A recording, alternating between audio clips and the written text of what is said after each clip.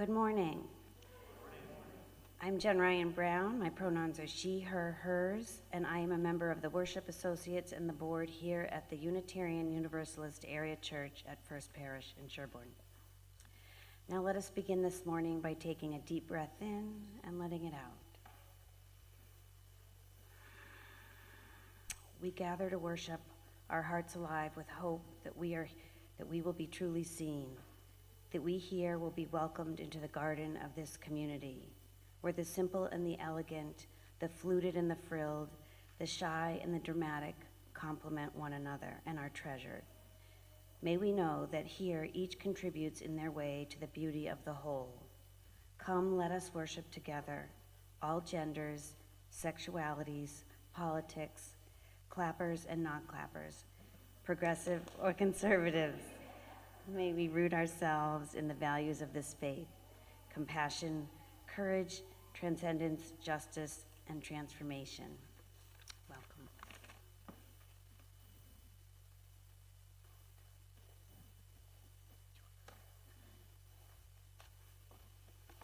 Nathan has stolen my seat. Thank you. Good morning, everyone. My name is Reverend Joe. My pronouns are she, her, and hers. I'm the Minister for Lifespan Learning. I'm so glad to see you all this morning. We start with a few invitations and announcements. The first is an invitation to greet those who are watching online. We can wave at the camera, which is up over there. We're so glad you're with us. Good morning or good time of day, whenever you're watching.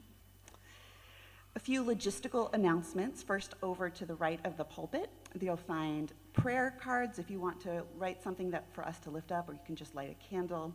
You can sign up for things like ringing the bells, bringing flowers, or lighting the chalice. And I think the bells and the chalice are often the most fun job I have heard. These flowers are gorgeous too. We also want to make sure to welcome newcomers. If you're here for the first or second time, we're so glad you're with us, and we'd love to stay in touch. There should be a blue card in your pew. If you would like to, thank you, hold it up, beautiful.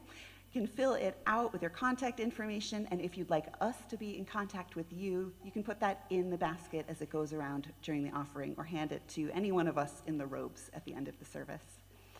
We welcome folks of all ages here, and we welcome wiggling and sounds as a sign of a lively, vibrant congregation. For kids or anyone of any age who would prefer to sit in a cushiony area, there's a play area in the back right of the sanctuary. There's also a nursery for kids, preschool and younger, and kids are welcome to attend our faith formation classes later on today. A few invitations. After church today, we hope you'll stick around from 12 to 2. We're starting out with a whole bunch of pizza, including some gluten-free options for a lunch coffee hour, which we hope you'll stay for, as the first half of our Lunch and Learn. And then from 12:30 to 2, there are going to be 2 sets of workshops taught by your ministers, taught by you all, as a way of connecting together across all ages, across all life or spans of being at the church. And we hope you'll come and have fun and be here with us. Next week, our ministerial intern Ian is heading over to Unity Farm in Sherborne to bless the farm animals. I'm so envious. That sounds amazing, but you all can go. So after the church service, was it 12:30? 12:30. It's just a couple of blocks, less than a mile away. Talk to Ian if you'd like to learn more. It'll also be in the newsletter. You'll hear more about our faith formation programs at our Wonderbox time, but I just want to invite those of you who are sending your kids to the faith formation program to register your kids so that we have all their information and we can welcome them well. That info is in the newsletter, and there will be a QR code starting next week for you to scan. I'm going to turn it over now to Karen Barton from our stewardship team.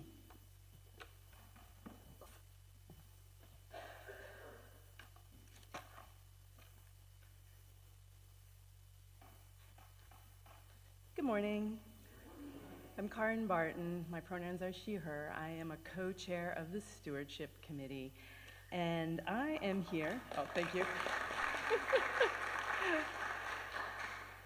I'm here this morning at the start of the church year just to remind us all that we are a self-supporting congregation. So everything that greeted us this new church year, the newly accessible spaces, the expanded ministerial staff, they're all the direct result of our own support for ourselves. Also, all the good work that this church generates, the outreach, the community that is formed, all of that is supported by our own resources. So I just wanted to keep that in mind as we start the year. So to business, you should have received in your inbox in the past week a pledge statement basically showing the progress that you've made toward the pledge that you made last spring. So if you want to go have a look at that, that would be good. If you look at it and realize that you haven't made the progress that you might have thought you would by this time of year, you're not alone. And I just want to take the opportunity to ask you to consider setting up a monthly payment plan. We can do through Realm. There's a variety of ways in which you can fund it. If you need help negotiating that, Kevin Paul is happy to help. I would say you can call me. You can definitely call me if you want to, but I may end up sending you to Kevin for help. But having this steady monthly stream is really helpful for the church in a variety of ways. So just want to put in that. And my last thing I wanted to say is that as we started I had our first, well, actually it was our second stewardship meeting of the year recently, and we were reflecting on how we would welcome some new members. So promise to keep it fun. If you have ever considered wanting to join stewardship, please let me know. I'm Karin Barton. You can talk to Kevin Paul. Are there any other stewardship member committee members here now? I'm not sure there are. Anyway, come and talk to us. All right. And you're next. All right. Thank you.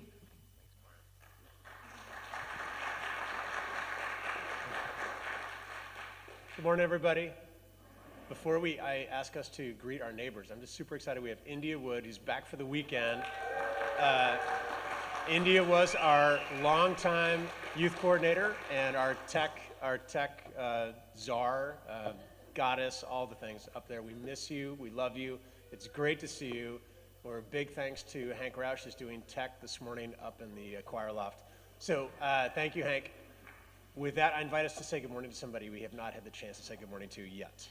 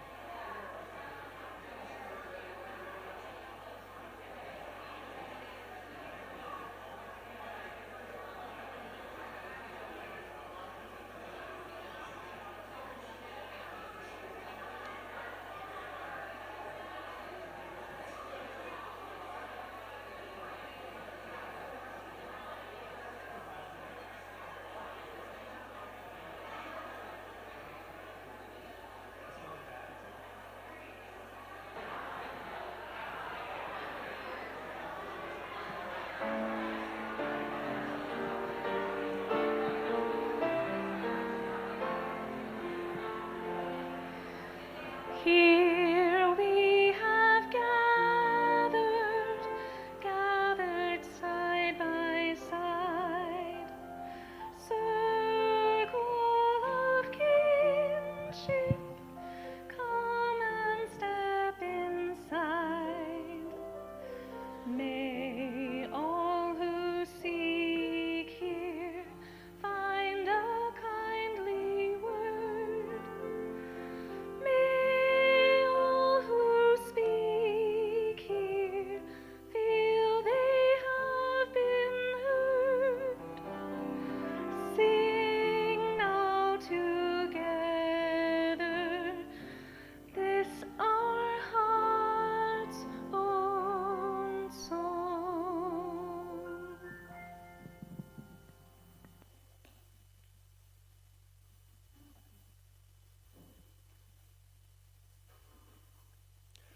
Friends, please say our opening words with me. Even when our hearts are broken by our own failure,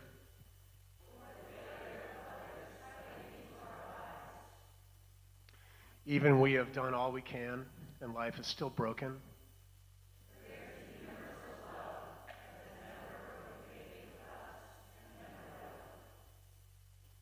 And let us rise in body or spirit for our opening hymn, number 118, This Little Light of Mine.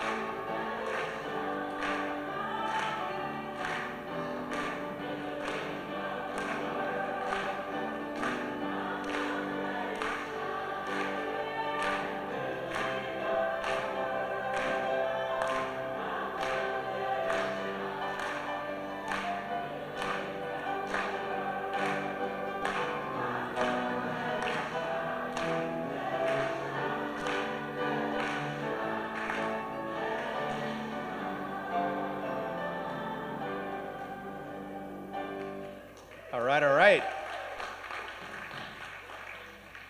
And let us remain standing as Molly Breaux comes forward to light our chalice, and we say together affirmation. Both are expressions of our life and our faith here in this community.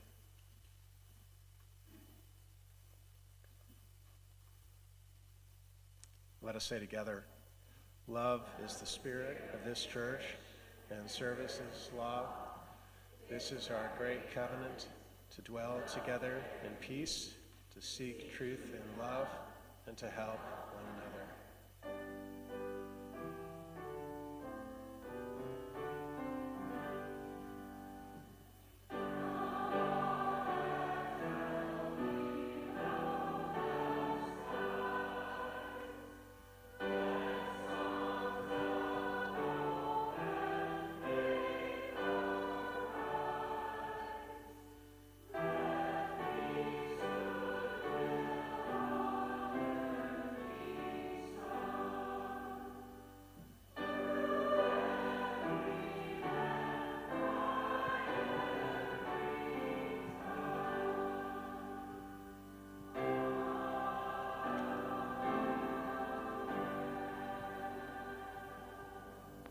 Thank you. Please be seated. And I'd love to invite any young folks at heart and young folks in age, which should literally be all of you, to be up front. Good morning, everybody.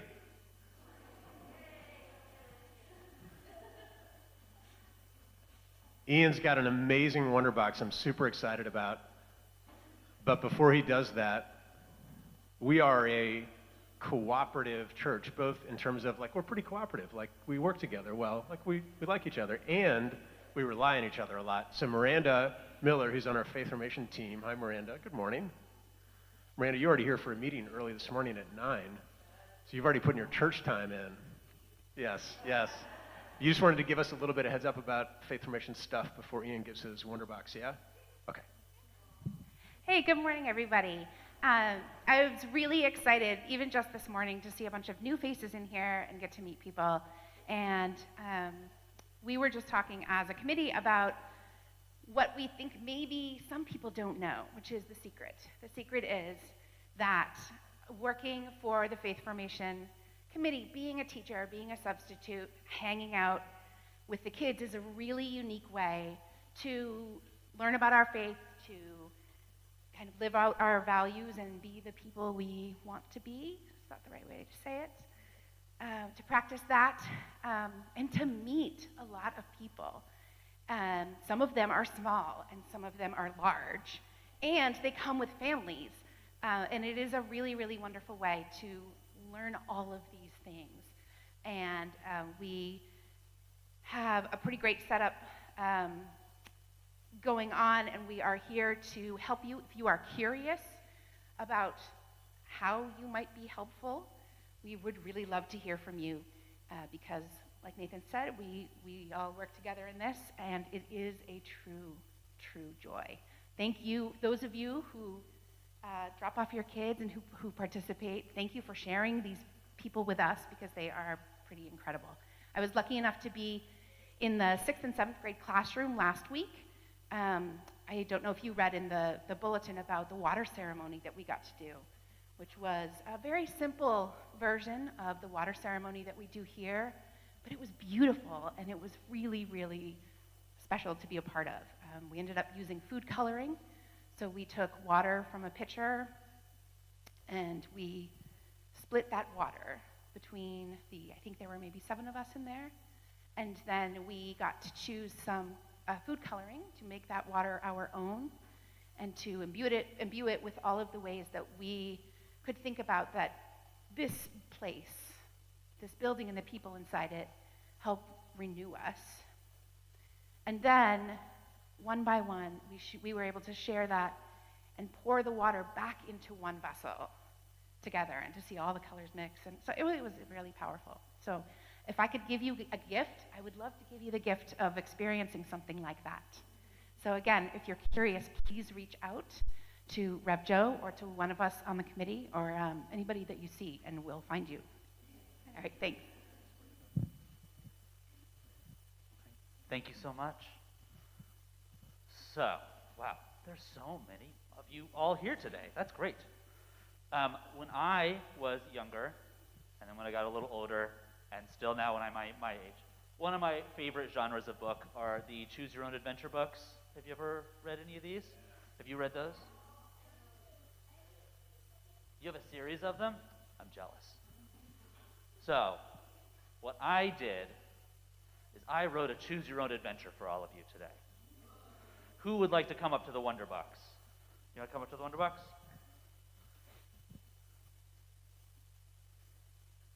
Oh, is there anything in there? Nope, that's because it's digital. All right, so thank you so much. All right, can we all turn around and say thank you to Hank up there for making this digital Choose Your Own Adventure work, hopefully. All right, so this is a Choose Your Own Adventure all about making choices. First, you find yourself along a path. Among yellow autumn trees, the path it forks in front of you. You must pick one of these. You wonder how you got here as evening turns to night. Oh, how will you get home today? Should you turn left or right? Who wants to make a choice? Should you turn left or right? Which way should we choose? Right, okay. Can we go right, Hank? Okay. You turn right. Of course you do. How could right go wrong? You're feeling very confident. You break out into song, but then you stop. Did something move? A rustle in the trees? You traded all that confidence for quaking in the knees. Okay, who wants to choose? Should we investigate that sound or keep walking? Yeah, Grayson. You want to investigate that sound? All right, let's investigate that sound. You slip between the birchwoods and try to find the sound. All you see are trees, a hill. It's got to be around. Oh, no. What you thought before was just a yellow forest hill shakes and quakes and stretches wings and stands up tall until it's a golden autumn dragon who guards a golden autumn hoard of leaves and coins and pumpkin spice and a golden glowing sword.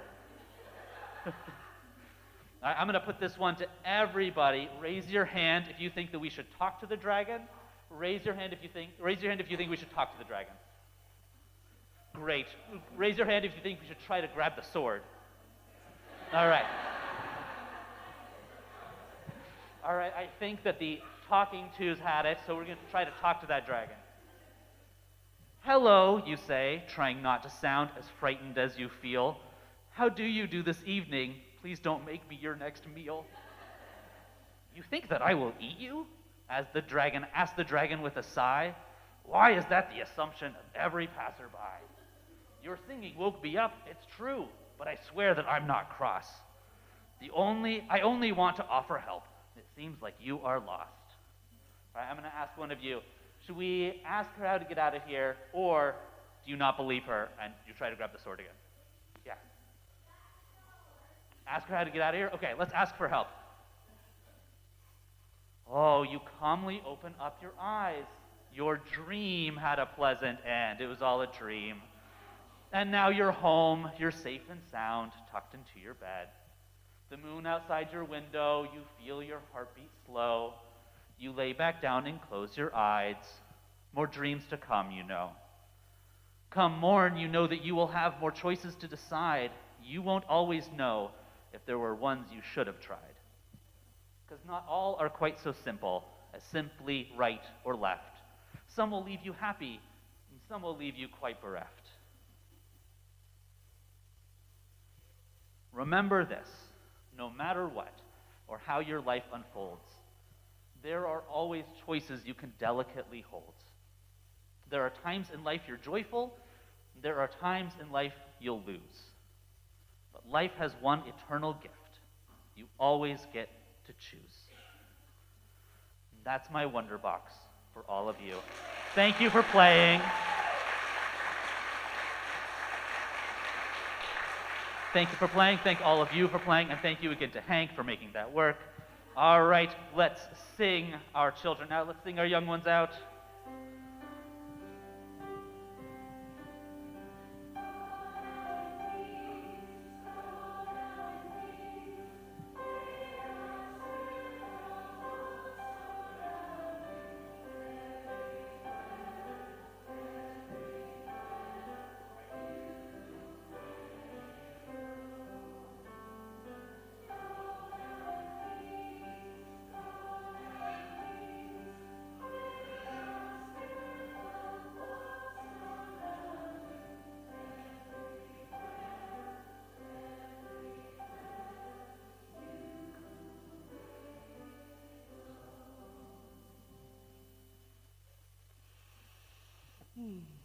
After that grand adventure, I invite us all to take a fuller breath.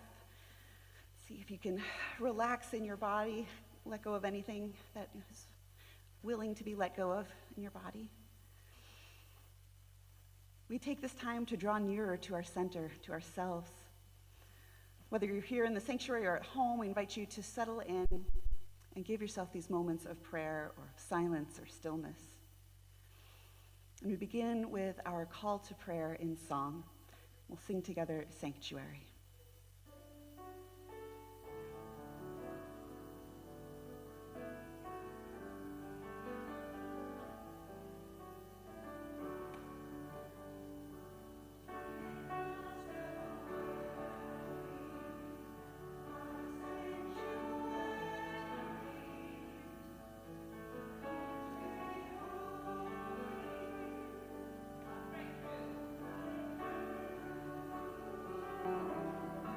With thanksgiving.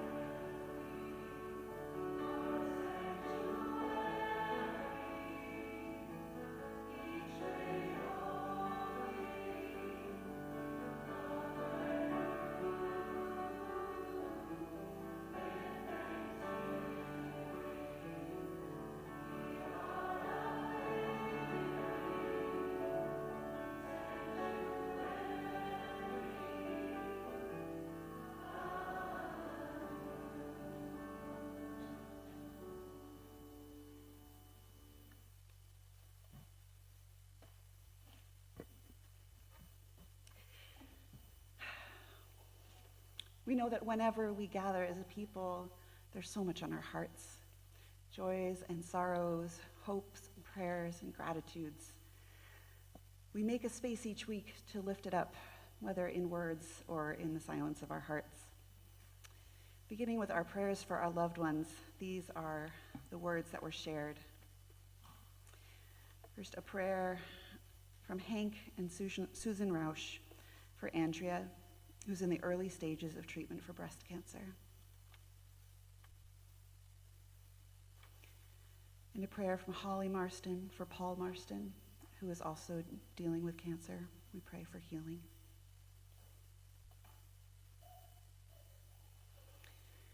And finally, a prayer from Jen Ryan Brown, lifting up a prayer of love and memory for her dear brother-in-law, Bill Steinberg, who died this past July after a long fight with cancer. We invite you, if you have a name on your heart of a loved one for whom you are offering up prayers and well wishes, you're invited to speak their name into this sanctuary.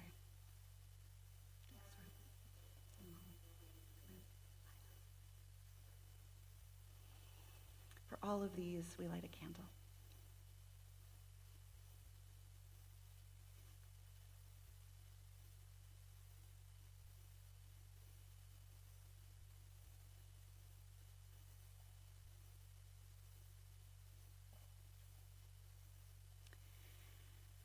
We might turn our gaze through these clear glass windows to look at the world outside us, remembering that we don't just take sanctuary in here, but sanctuary is something we create out in the world, a way of being in relationship, a way of caring. We offer this prayer for the world from Molly House, for all of the people affected by the recent storm devastation in Florida, Georgia, South Carolina, North Carolina. This morning I heard on the news that it was all the way up to Indiana, including Molly's family and friends. For all of those impacted by the storm, we pray for their safety and well-being. For these, we light a candle.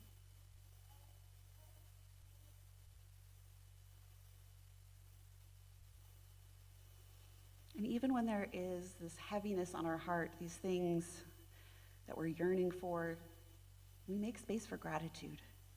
We make space to give thanks for the blessings in our lives. We give thanks for these gorgeous flowers today, which are from Linda Crawford, Flowers for Dan. We remember him. And I offer up my own prayer of gratitude, as 3 years ago this week, I got the best birthday present I've ever gotten, but also the one that's taken the most work, which is being matched as partner to service dog Sully. Today I'm celebrating 3 years of us being a partnership team and going everywhere together. I'm grateful for his love, the way he helps me out, and for how much you all love him. So we give thanks for all of those for whom they make our lives better. For all of these, we light a candle.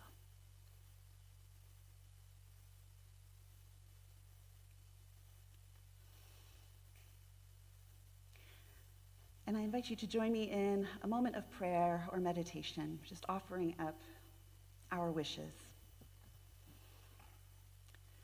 Spirit of compassion, source of life, God of many names, we gather today in gratitude for our many blessings, for the joy of being in community, for the tender mercies of our lives.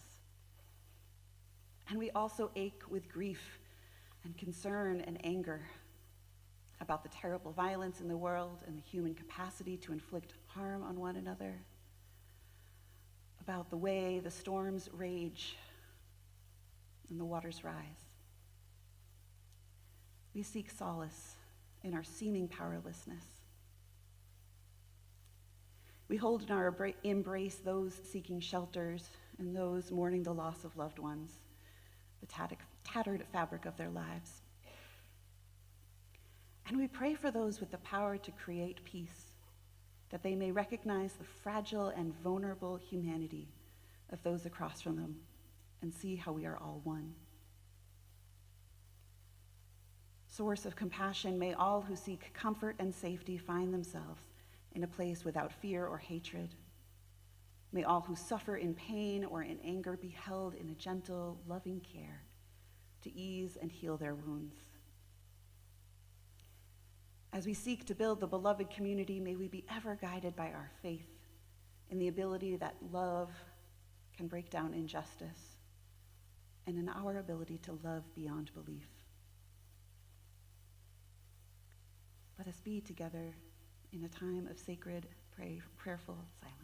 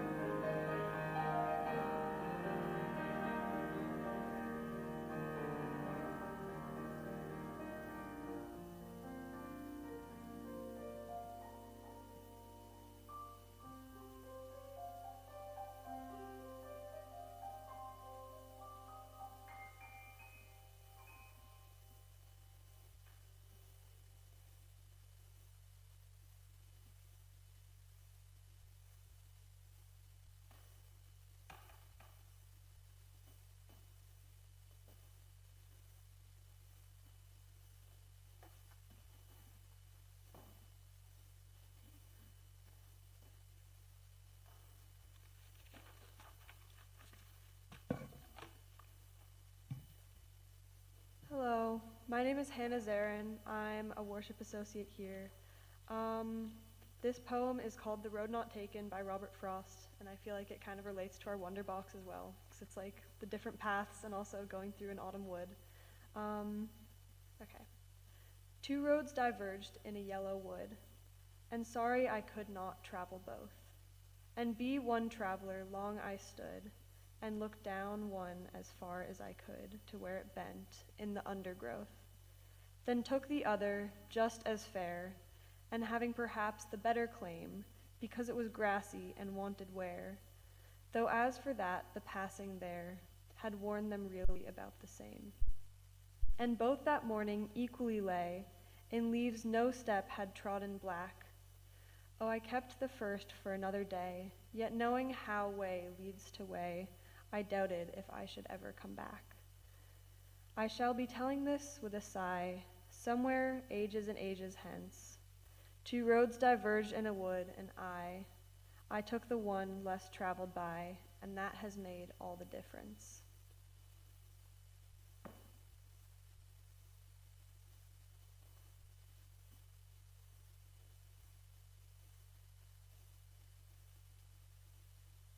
Thank you, Hannah.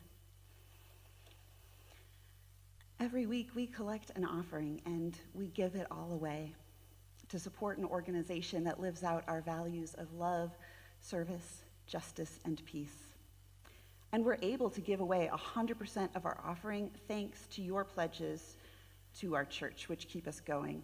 I don't know if you know how rare it is that a church feels confident enough that they can give it all away. It's really something. This week, we're collecting an offering for the Movement Voter Fund, an organization that's really near and dear to my heart. The Movement Voter Fund, or MVF, helps individuals share their resources to make the greatest impact by investing in grassroots groups that are working to advance democracy, equity, and sustainability throughout the United States. To build a thriving multiracial democracy, MVS helps us invest in local youth and community-based organizations to exercise their voting and issue organizing power. I know we often think of grassroots groups as small, but their impact is really enormous. And often it's larger than many national groups and in ways, sometimes the major political parties. MVF's partners collectively train, develop, and deploy tens of thousands of local voter organizers who engage tens of millions of voters with a focus on the most marginalized and disenfranchised voters, young people, voters of color, and other marginalized communities. They gain major policy wins on every issue and at each level of government, and they punch above their weight, although that's a metaphor I don't love. They rarely get the credit or funds that they deserve. I know I have been facing a conundrum of who has time or due diligence to go investigate all of the grassroots organizations in swing states to make a difference. I know I don't, and it's really overwhelming. And then who has the capacity to administer and evaluate 30 additional grants? MVF was created to solve this problem, to serve as an honest broker between national funders and local groups. Full disclosure, part of the reason I know about this organization is my best friend is their communications director. I've been volunteering and donating to them for several years, and my best friend Zoe and I have had so many conversations about why this organization matters. And I'm so moved by the way he talks about it, why he works for this organization. He wants to wake up the morning after the election, or any election, and feel like he has no regrets, that he gave all he could, that he made the biggest impact he could for his daughter and her future. That really speaks to me, and it speaks to our theme today of wanting to live life so that we can have no regrets. So if you are able to donate to help advance democracy and voting rights, we encourage you to make an offering by either scanning the QR code on your screen or in your order of service in the pews, or you can give cash by leaving it in one of the plates or bowls as they come around. We invite you to give generously and we give thanks.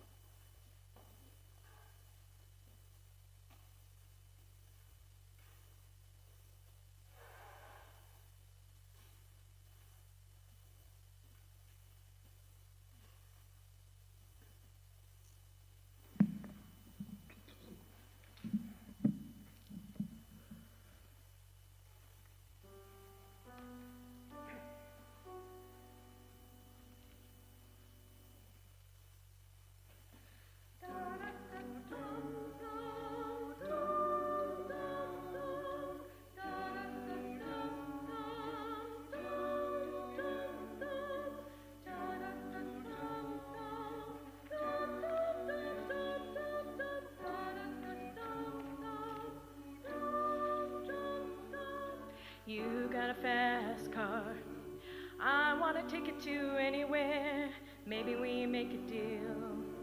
Maybe together we get somewhere. Any place is better.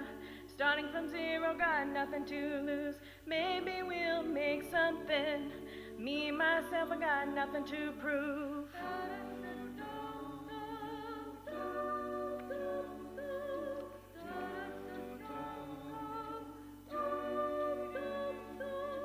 I got a plan to get us out of here. Been working let me save a little bit of money. Won't have to drive too far. Just cross the border and into the city. You and I can both get each other. Finally see what it means to be living.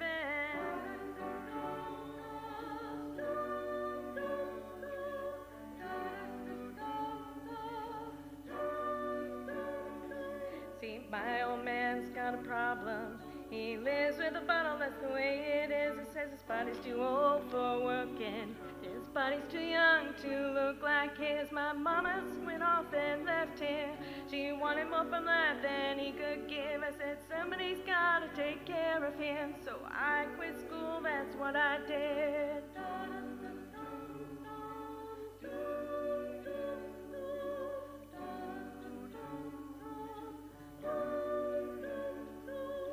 You got a fast car.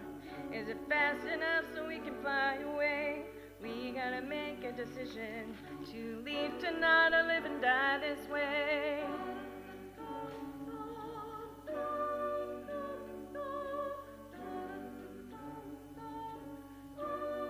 I remember we were driving in your car. Speed so fast, thought I was drunk. City lights lay out before us, and your arm felt nice wrapped around my shoulder. And I had a feeling that I belonged, and I had a feeling I could be someone, be someone, be someone.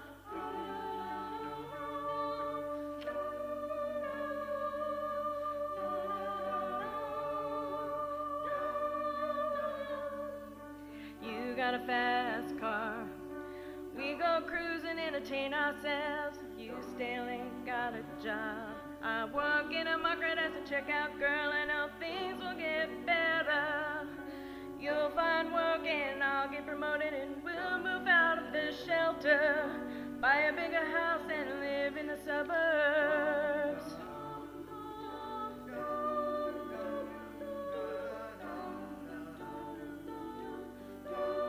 So I remember when we were driving in your car. Speed so fast, felt like I was drunk. City lights lay out before us, and your arm felt nice wrapped around my shoulder. And I had a feeling that I belonged, and I had a feeling I could be someone, be someone, be someone.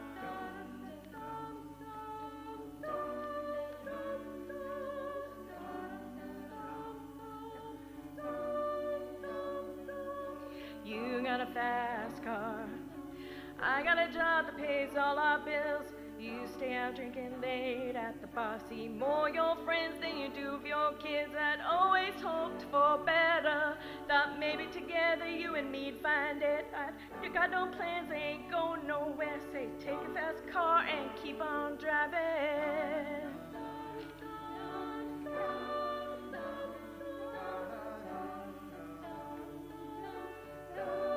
So I remember when we were driving in your car. Speed so fast, felt like I was drunk. City lights lay out before us, and your arm felt nice wrapped around my shoulder. And I had a feeling that I belonged, and I had a feeling I could be someone, be someone, be someone.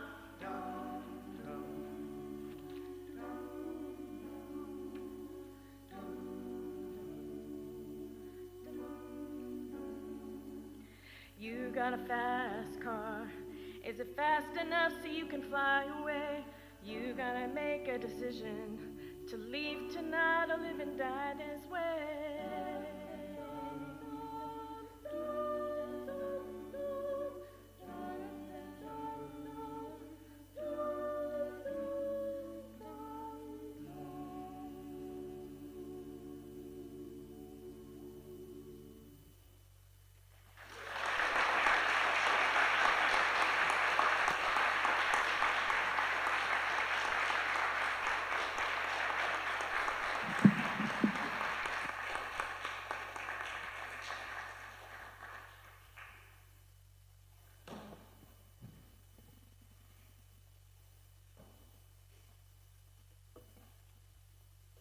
Thank you for that.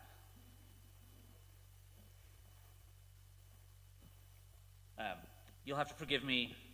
I'm afraid I have a cold this morning, so on your way out, I will not be shaking hands, and I'm going to do my best to not sniffle directly into the microphone.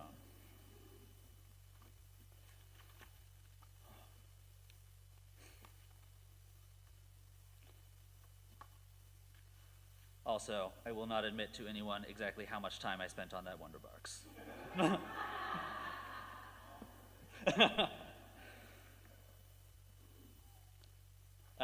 But in particular, I really love the poem that Hannah read for us today, the Robert Frost poem. And one of the things that I love about it is how much it has become known for its prose as well as for being one of the most misunderstood poems. It's long been held up as this like symbol of individuality, taking the road less traveled by and rejecting the norms and expectations of others. That's how you succeed, the poem seems to say. Take the road less traveled by, that is what has made all the difference. But if we read back a few stanzas, the narrator stands at a fork in the road, looks down one, goes down the other, though as for that the passing there had warned them really about the same, and both that morning equally lay, and leaves no step had trodden black. The two paths equally lay. It's only with hindsight, Frost tells us, that the choice seemed to matter. Quote, I shall be telling this with a sigh somewhere in ages and ages hence. Frost apparently wrote this poem for his friend Edward Thomas, whom he described as, quote, a person who, whichever road he went, would be sorry he didn't go the other. I've been there. Have you been there? What untaken paths have you regretted?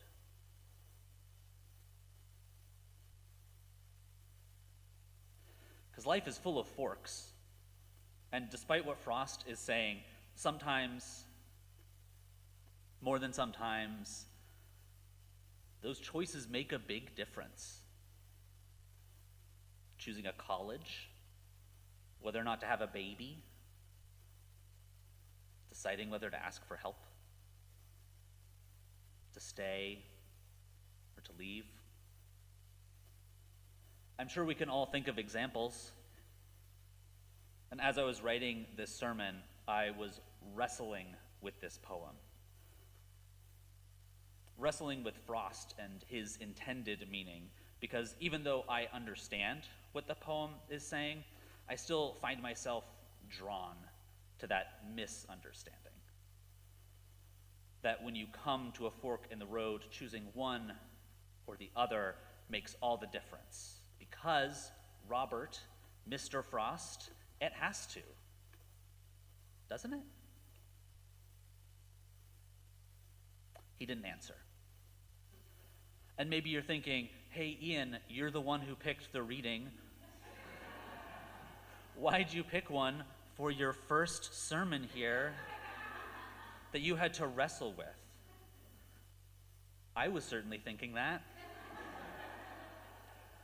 And it stuck with me because I've been reflecting on my own path here. The choices that I made, wonderful, regrettable. It's been a winding path, and I have left many roads untrod. Very briefly, after college, I wanted to be an ecologist. I wanted to study how living organisms interact with each other, and I did that for a few years. I helped scientists gather data on various animal populations back in middle of nowhere. And around that same time, I also fell in love with writing. And in particular, I fell in love with science writing. I found these authors who could take science jargon and turn it into beautiful prose, who wove this wonder of their world into words. And luckily for me, Boston University had a program specifically for science journalism. So, off I went to New England. I became a journalist. While I was here, I met the woman who became my wife, Kyle, and I discovered Unitarian Universalism. But as a journalist, I was mostly a freelancer, and it was really hard. I had middling success. Mostly I was writing about climate change and the environment, other joyful subjects like that. As a freelancer, you have to be okay with rejections. I was not. And writing and reading about these major, global, catastrophic, apocalyptic issues every day was really hard. It was hard on my spirit, it was hard on my heart, my mind, and took a toll on my body. And the more I looked, the more it seemed like the issues that I kept writing about were not actually the issues that seemed to get at the heart of it. That the major issues were not solar power or coal or tree planting, though those are all very important. But it was issues like, how do we treat each other? How do we treat our descendants? What is our relationship with each other and with the world and the other beings on it? And those are spiritual questions. So I headed back to Boston University to get my second master's degree in theology, and here I am. And that's my story, and it's a good one, I think. I've refined it here and there, I've tweaked little bits. Did you notice how one part led cleanly into the next? It all made sense, and it's all true, and it is also just a story. Stories are clean, and life is not.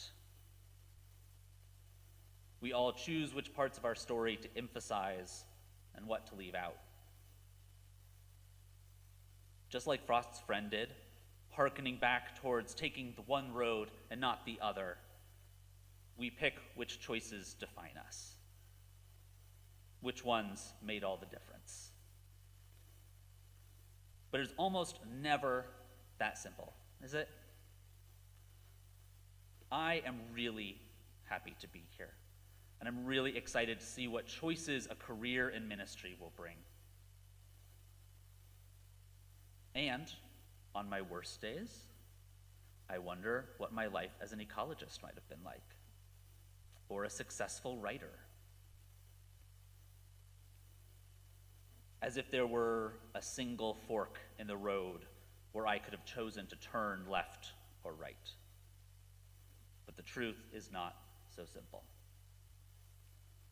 Have you ever seen one of those fractal pictures of patterns that continuously repeat and they're endlessly complex, and then you zoom in on one small section and blow it up, and it is also endlessly complex. And you keep going and you keep going, and the complex patterns build on each other forever. I think that might be more like life than Frost's two roads. Our journeys are an accumulation of choices. Some small, some big, but they add up. I remember the day that Kyle and I decided to get married. I proposed on the top of Mount Lafayette in New Hampshire, hoping to see the beautiful, picturesque fall foliage behind us, and in true White Mountain fashion, we were completely fogged in. Just a wall of gray. But I proposed anyway, and she said yes, and we made a really big choice on that day. And also, we'd been talking about getting married for over a year at that point. And every time we talked about it, we made the choice that that was something we wanted. We'd gone ring shopping. So, when did we make the choice? When did we turn down one road and not the other?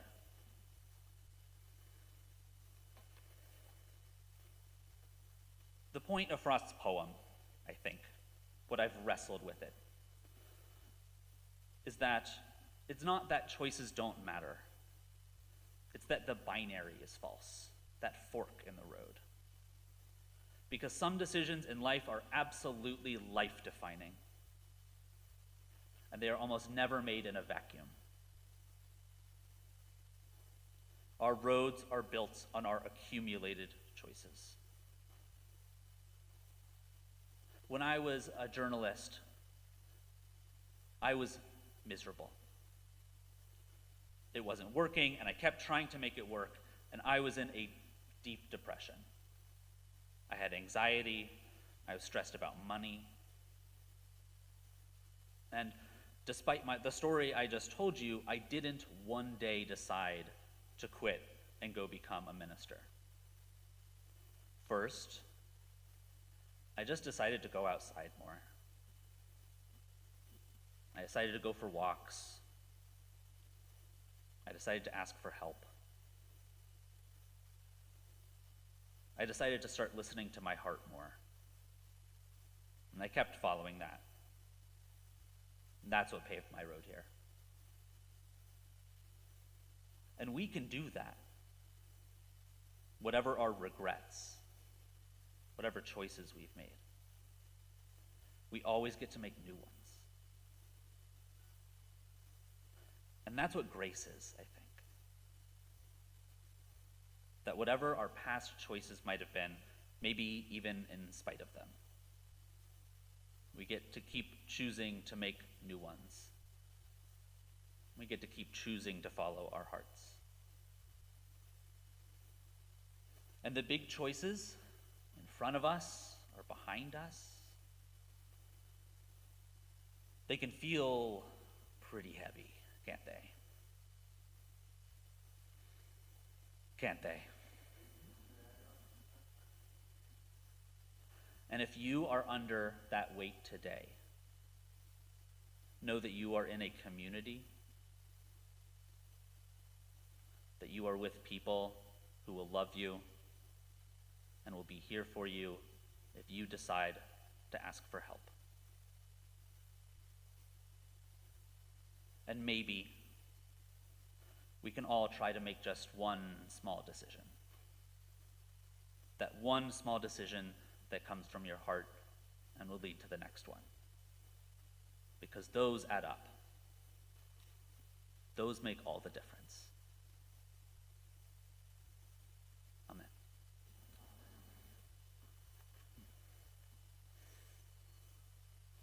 Please join us for our closing hymn, number 128, For All That Is Our Life.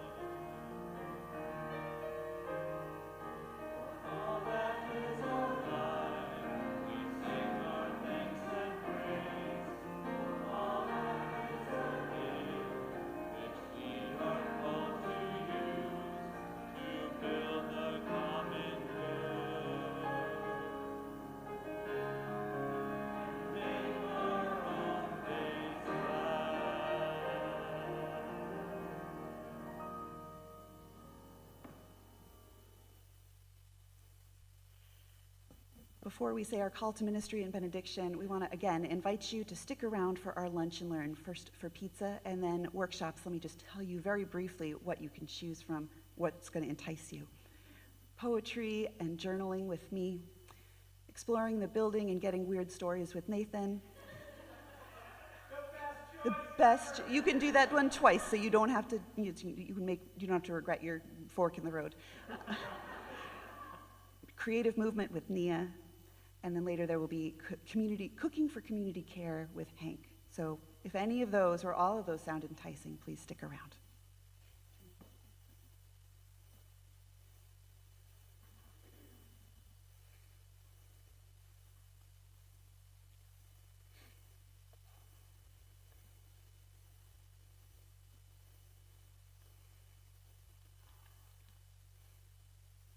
Some things in life are joyful.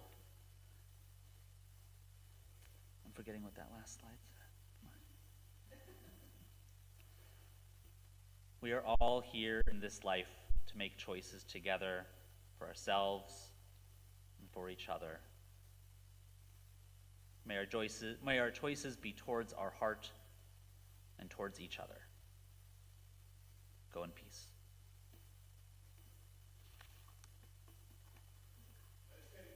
Oh.